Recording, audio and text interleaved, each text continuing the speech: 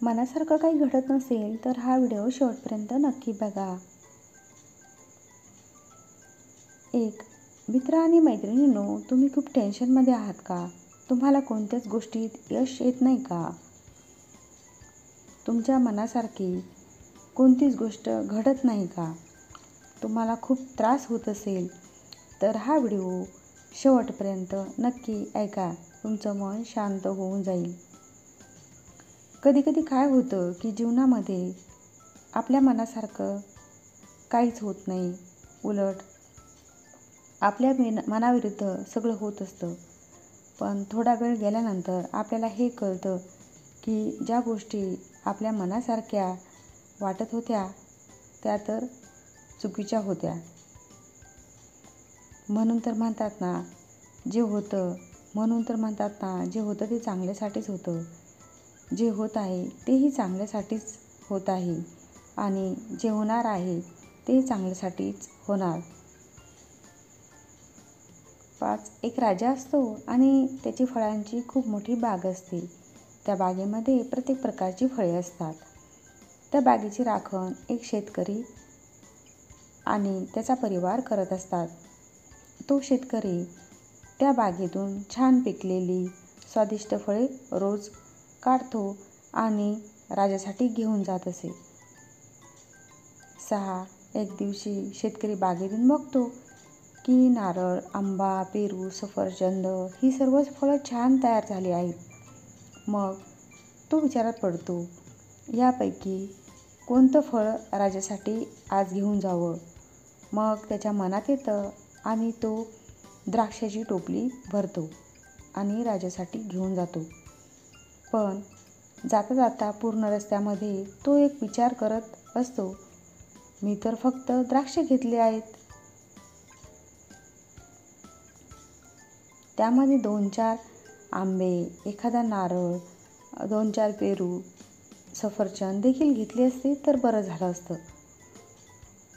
ना. वेगवेगळी पिकलेली फळं पाहून राजा खुश झाले असते. विचार करत करत तो राजवाड्याजवळ पोहोचला आणि त्याने द्राक्षाने भरलेली टोपली राजासमोर ठेवली आणि थोड्या अंतरावर खाली बसतो. त्यावेळी राजा कोणत्या तरी गोष्टीचा विचार करत होता. तो कोणत्या तरी टेन्शनमध्येच होता. आपल्याच नादात होता आणि खूप चिडला देखील होता. त्याच रागामध्ये तो त्या टोपलीतील एक द्राक्ष काढून खातो आणि एक द्राक्ष काढून शेतकऱ्यांच्या माथ्यावर फेकून मारत असे. राजाने हे फेकलेले द्राक्ष शेतकऱ्याला डोक्यावर, शरीरावर कुठेही लागत होते. त्यावेळेला शेतकऱ्याने एक विचार केला की हे परमेश्वरा किती दयाळू आहे. राजा पुन्हा तसंच करतो. एक द्राक्ष खातो आणि एक द्राक्ष काढून शेतकऱ्याच्या माथ्यावर फेकून मारतो. त्यावेळी देखील तो शेतकरी असाच विचार करतो, हे परमेश्वरा किती दयाळू आहे. असे करत करत राजाला त्याच्या चुकीची जाणीव होते आणि तो विचार करतो की मी माझ्या रागाच्या भरात शेतकऱ्यावर किती मोठा अन्याय करत आहे. त्यावेळेला राजा शेतकऱ्याला विचारतो, मी तुला पुन्हा पुन्हा द्राक्ष फेकून मारत आहे आणि ते द्राक्ष तुला लागत देखील आहेत, पण तरीही तू म्हणतोयस की परमेश्वरा किती दयाळू आहे. त्यावेळेला तो शेतकरी खूप साध्यापणात राजाला उत्तर देतो, महाराज, आज बागेमध्ये नारळ, सफरचंद, पेरू, आंबा ही सर्वच फळं खाण्यासाठी तयार होती. पण मी यापैकी काही न आणता फक्त द्राक्ष घेऊन आलो. मी ती सर्वच फळं थोडी थोडी तुमच्यासाठी घेऊन येऊ शकत होतो,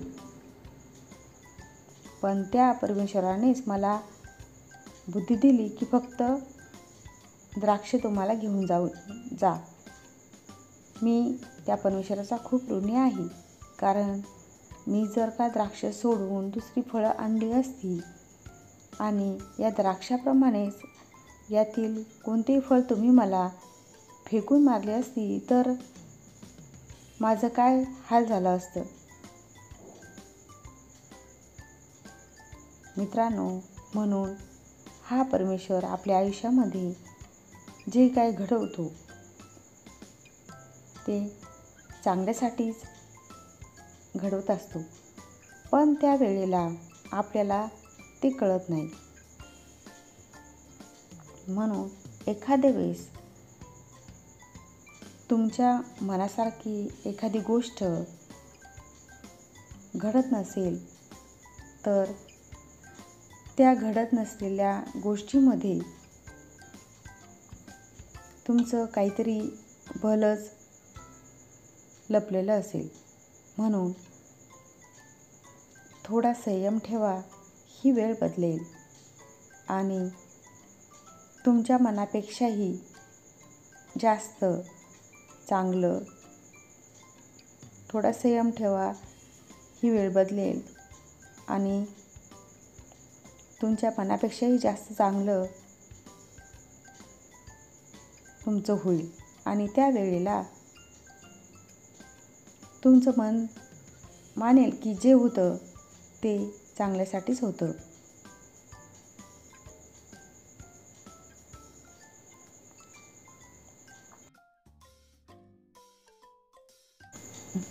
व्हिडिओला लाईक, शेअर आणि चॅनलला सबस्क्राईब जरूर करा. उद्या पुन्हा भेटूया एका नवीन व्हिडिओसह. धन्यवाद.